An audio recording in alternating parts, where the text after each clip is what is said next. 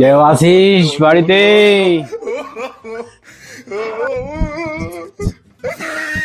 কি হয়েছে বাবা? এটা কি তোর বাড়ি? হ্যাঁ বাবা, এটা আমার বাড়ি। এই যে গাছের নিচে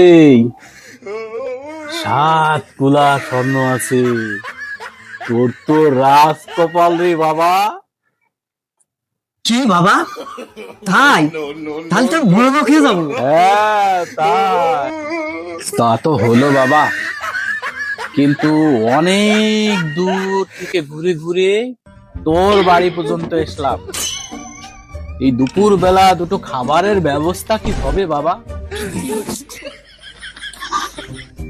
বাবা, এই ভর দুপুর বেলা দুটো খিচুড়ি তো দিয়েছিস, কিন্তু যদি 2-1 পিস গোশত হইতো খুব মজা হতো। তুমি আমার সাধু বাবা সাজিছো, খেসুরির তলে গোশ হয়েছে তা তুমি ঠিক পাও না। তুমি আমার ওই লিচু গাছের তলে সুন্দর খোলা আছে।